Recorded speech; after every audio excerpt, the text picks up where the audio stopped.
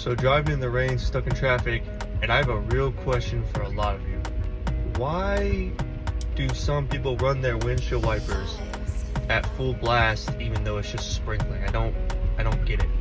I've gone past several people, and I'm not hating, but it's barely sprinkling, traffic's barely moving, and their windshield wipers are just full blast all the way on. And I don't understand why. I mean, I get it if you're behind a semi truck that's maybe throwing up a lot of mist, but none of us are. And there's people with full blast windshield wipers. I'm gonna try to find one and show you. I just don't get it.